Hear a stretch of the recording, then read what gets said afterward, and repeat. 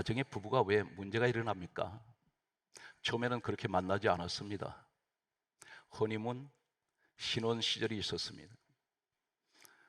서로 사랑하고 나보다도 상대방을 더 사랑했고 내 몸보다 더 아꼈던 관계가 시간이 지나면서 점점 틈이 벌어지고 급기야는 서로에게 상처를 주는, 그리고 오늘 또 어쩌면 이 시간까지 부부가 때로는 몇 년, 10년, 20년 세월이 흐른 동안에 남편 아니면 아내에게 받은 이 상처를 가지고 지금도 그 상처는 진행형으로 계속되고 있습니다.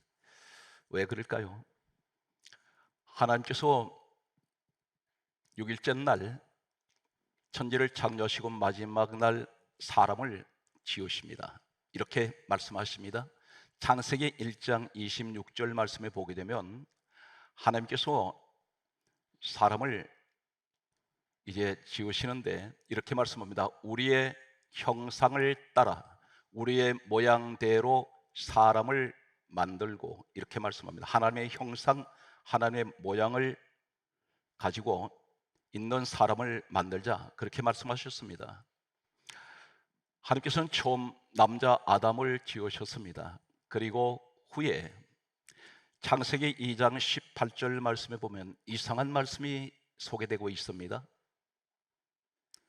사람이 혼자 지내는 것이 좋지 아니하니 내가 그를 위하여 돕는 배필을 지으리라, 이렇게 말씀합니다. 돕는 배필, 기억해 주시면 좋겠습니다.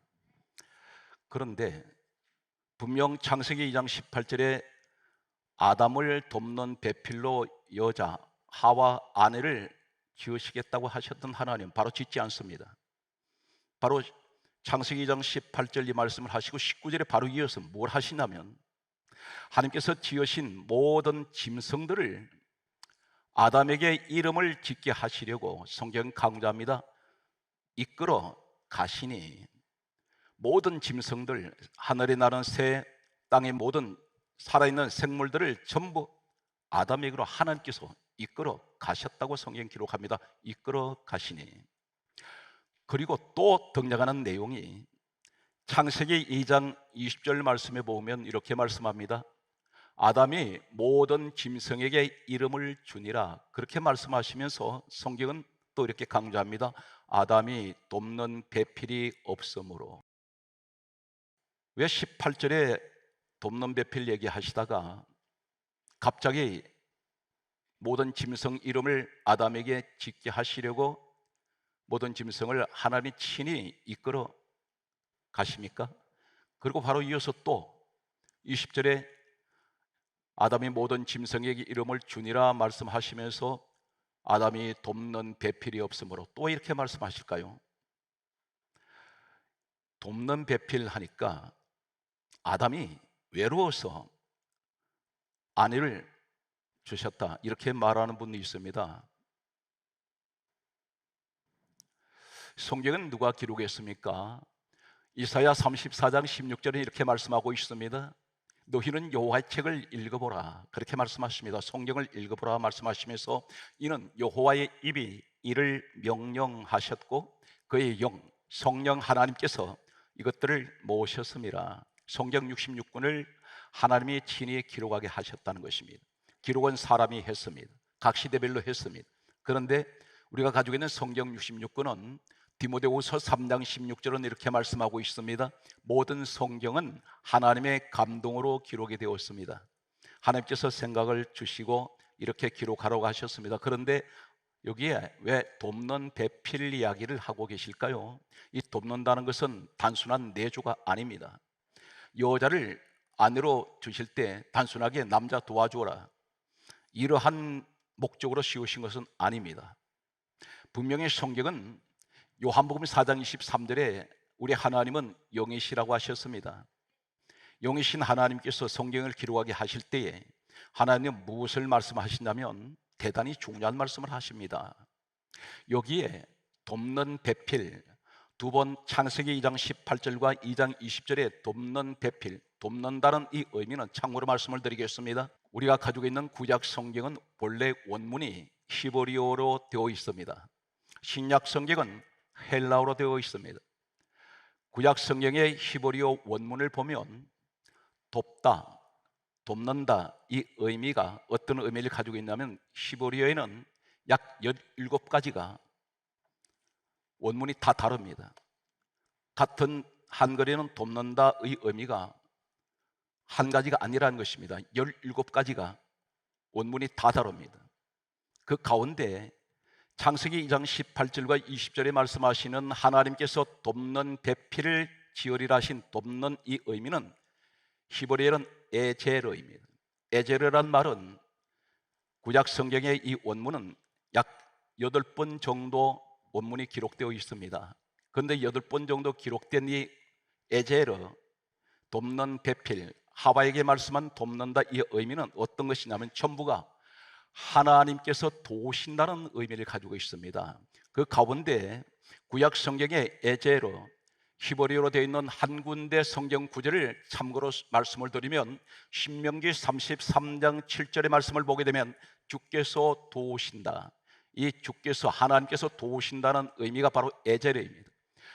하와 이 여자에게 돕는 배필 말씀하면서 왜 하나님께서 도우신다는 이 의미를 이 돕는 배필 하와에 관해서 말씀하고 있을까요?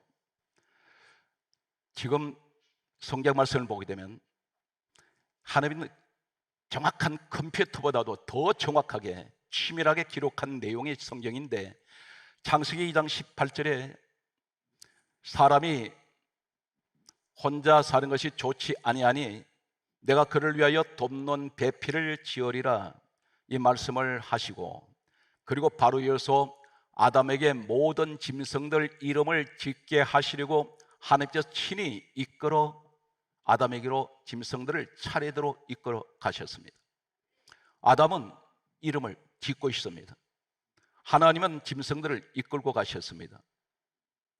그리고 바로 이어서 20절에 아담이 모든 짐승에게 이름을 주니라 말씀하시면서 성경은 뭐라고 강조하느냐면 아담이 돕는 배필이 없으므로, 이 내용이 무슨 얘기냐면 돕는 배필 18절과 20절 사이에 끼어있는 내용이 무엇입니까? 하나님이 모든 짐승들 이름을 아담이 짓게 하시려고 이끌어 가고 계시고 일하고 계신다는 것입니다. 아담이 모든 짐승들 이름을 차례대로 지어줍니다. 하나님과 아담이 같이 일하고 있다는 것입니다. 같이 일하는 이 과정에서 돕는 배필이 필요하다고 했습니다. 그래서 이 돕는다, 돕다, 돕는 배필, 에제르, 이 말은 무슨 말이냐면 하나님이 도우신다 이 말은 바로 이 하와를 통하여 하나님의 일을 돕는다는 것입니다. 누구를? 남편을. 돕는 배필 이 의미는 한마디로 말해서 하나님의 일을 그 아내가 남편에게 돕는다는 것입니다. 단순하게 돕는 배필이 아닙니다. 하나님의 일을 위하여 배필을 주셨다는 것입니다. 과연 하나님께서 사람을 지으셨을 때에 무슨 목적으로 지으셨을까요? 이 땅에는 수많은, 예를 들면 전자제품이 있습니다. 그런데 전자제품을 발명한 사람들, 개발한 사람들은 반드시 이 사람들은 분명하게 무엇을 전자제품을 만들 때 분명한 목적을 가지고 있습니다. 이 전자제품이 쓰이는 목적이 있습니다. 하나님께서 천지를 창조하실 때, 사람을 지으실 때 우리 하나님께서는 분명한 목적을 가지고 있습니다. 그 목적을 5가지를 소개하겠습니다. 이사야 43장 21절에 보게 되면 하나님께서 사람을 지으신 목적을 이렇게 말씀합니다. 내가 이 백성은 내가 나를 위하여 지었나니. 누구를 위하여? 하나님을 위하여. 나를 찬송하게 하려 함이라. 목적이, 하나님의 목적이, 사람 지으신 목적은 하나님을 위해서 지었다는 것입니다. 하와 배필을 주신 것은 하나님을 위하여, 하나님 일하라고 돕는 배필 아내를 주셨다는 것입니다. 이것이 하나님의 목적이었습니다. 또 한 가지는 신약 성경의 한 군데를 더 소개하면 골로새서 1장 16절에 이 땅에 오신 우리 예수님, 빌립보서 2장 6절은 그분은 하나님 본체시라고 말씀합니다. 근본 하나님 본체 되시는 예수님께서 골로새서 1장 16절에 말씀하시기를 만물을 그가 창조하셨고, 그가 누굽니까? 예수님, 그분이 하나님 본체십니다. 그분이 만물을 창조하시고 따라서 그를 위하여 만물이 창조되었고 그 만물 안에 우리가 있다는 것입니다. 우리는 그리스도를 위해서 태어났습니다. 이것이 하나님 목적입니다. 그러므로 성경이 이렇게 강조하고 있습니다. 고린도전서 10장 31절에 말씀하시기를 너희는 먹든지 마시든지 무엇을 하든지 다 하나님의 영광을 위하여 하라 그러셨어요. 먹고 마시고 돈 벌고 자녀 잘 키우는 것 목적이 결국은 하나님의 영광을 위해서. 이 세상에 다 타락했지만 너만은 나를 위해서 살아라. 이것이 하나님이 우리를 지으신 목적입니다. 만약 이 자리에 하나님의 영광을 위해서 하나님의 사업을 합니다. 돈을 벌어야 될 목적은 내 주를 위해서, 자녀가 잘 되고 훌륭하게 키우는 그 목적은 내 주를 위해서, 그렇다면 그분은 분명 에덴 동산에 하나님이 사람을 지으신 목적이 이루어진 사람입니다. 성경 말씀은 빌립보서 2장 10절에 보게 되면 이렇게 말씀합니다. 우리 예수님을 가리켜 하늘에 있는 자들이나 땅에 있는 자들이나 땅 아래 있는 자들이 모든 무릎을 예수 이름에 꿇게 하시고. 하늘에 있는 자들이 누구입니까? 하늘에 올라간 천국에 있는 사람들, 천군 천사들, 땅에 사는 사람들, 땅 아래에 누가 있습니까? 지하세계, 지옥에 있는 자들도 다 예수 앞에 무릎 꿇으라는 겁니다. 이것이 하나님이 지으신 목적입니다. 창세기 1장 28절을 기억하십니까?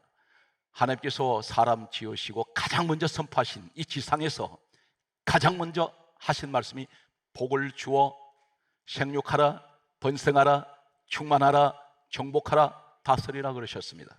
그런데 여기에 가장 앞에가 무엇입니까? 복을 주셨습니다. 무엇이 복일까요? 여기 생육, 번성, 충만, 정복, 다스리는 5가지는 인간들이 누리고 살 수 있는 모든 복이 다 들어있습니다. 그런데 여기 총체적으로 이 복이 5가지, 생육, 번성, 충만, 정복, 다스리는 복이 이 복 안에 다 들어있는데 이것이 무엇이냐? 히브리어 내용에는 바라크입니다. 바라크, 따라하실까요? 바라크. 이 바라크가 바로 무엇입니까? 무릎 꿇다, 예배하다, 절하다, 엎드리다, 이것이 복입니다. 이것이 원문이 바라크입니다. 무엇을 말합니까? 하나님을 예배하고 너 하나님 앞에 엎드려 기도하고 너 하나님께 무릎 꿇어라. 그러면 이것이 나한테 복이다. 이 사람에게 생육하고 번성하고 충만하고 정보가 다스린 복을 내가 너에게 준다는 것입니다. 성경 말씀을 보면 하나님께서 하와를 지으실 때에 성경 말씀을 이렇게 기록합니다. 창세기 2장 22절 말씀에 보면은 아담의 갈빗대에서 여자 하와를 지으셨습니다. 그런데 이렇게 강조합니다. 하나님께서 하와 여자를 이끌어 남자 아담에게로 이끌어 오시니, 이렇게 말씀합니다. 이끌어 오시니. 여러분, 결혼 시즌이 되면 결혼식장마다 요새는 예약이 힘들 만큼 그렇게 결혼 시즌이 되면 이 예식장들은 호황입니다. 그런데 모든 예식장에 가면 신랑이 먼저 입장하고 그리고 신부는 친정 아버지의 손을 잡고 신랑에게로 다가옵니다. 어떤 종교든지 다 그렇게 그 예식을 하고 있습니다. 그런데 이 내용이 에덴 동산에서 성경적인 내용입니다. 다시 말해서 모든 문화가, 결혼 웨딩 문화는 기독교 문화입니다.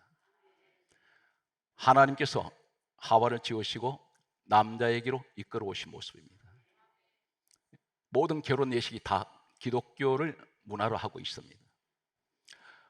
오늘 그런데 이 하와가 아담에게로 하나님께서 이끌어 오실 때에 이 아담이 고백이 뭐라고 하는지 아십니까? 처음에는 이때는 신혼입니다. 그가 고백하기를, 창세기 2장 23절에 말하기를 이는 내 뼈 중에 뼈요 내 살 중에 살이로다. 아담의 몸에서 가장 귀한, 자신의 몸 중에서 가장 귀한 사람이 하와라는 것입니다. 그래서 뼈 중에 뼈, 살 중에 쌀이라고 그렇게 고백했습니다. 살 중에 살 하와. 그런데 성경 말씀은 하나님께서 이렇게 말씀합니다. 창세기 2장 24절에 말씀하시기를 하시는 말씀이 다음과 같은 말씀합니다. 아내와 합하여 둘이 한 몸을 이룰지로다. 그런데 이 아담 하와의 가정이 깨져 버립니다. 부서져 버립니다. 심각한 문제가 발생하게 됩니다. 아담이 내 뼈 중에 뼈요 내 살 중에 살이라고 고백했던 이 하와를 가리켜 문제가 생길 때 뭐라고 고백하는지 아십니까? 우리 모습 그대로 적나라하게 우리의 모습을 그대로 보여주고 있습니다. 어쩌면 이 모습이 나와 여러분의 모습일 수가 있습니다. 그 내용이 어떤 것인가요? 창세기 3장 1절 이하에 보게 되면 뱀이 에덴 동산에 침투해 들어왔습니다. 이 뱀을 가리켜 계시록 12장 9절에 마귀 사단이라고 했습니다. 이 행복한 가정에 사단 마귀가 들어왔습니다.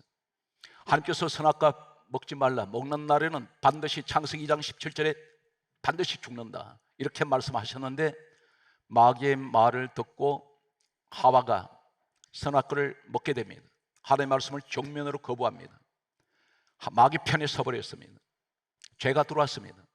아담이 함께 이 선악과를 먹게 됩니다.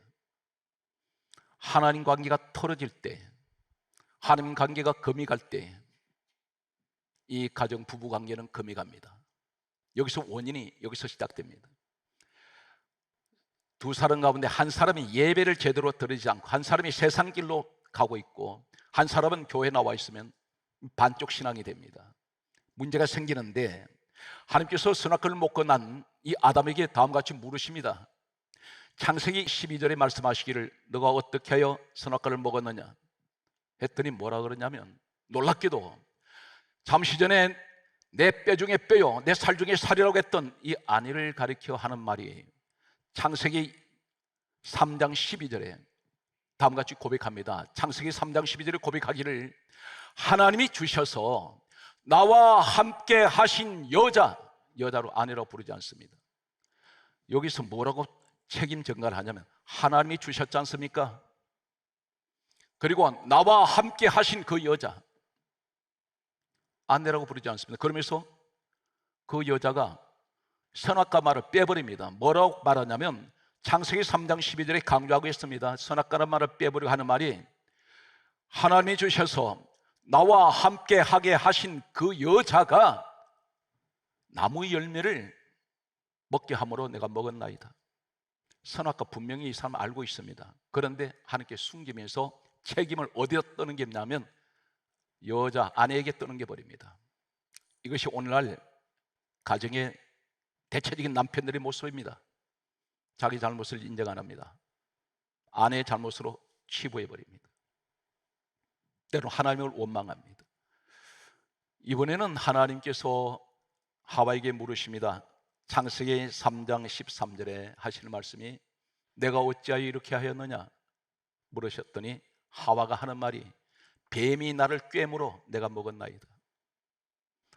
전부 책임 전가입니다.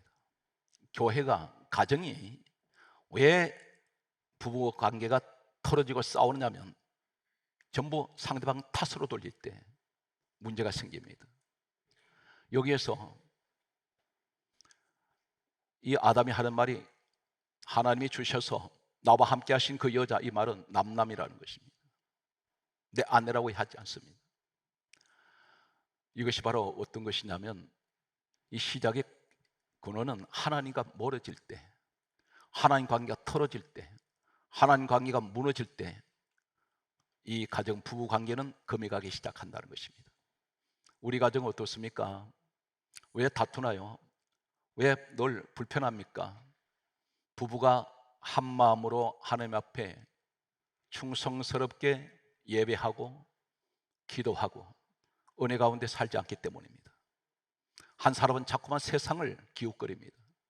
세상 방법으로 살려고 합니다.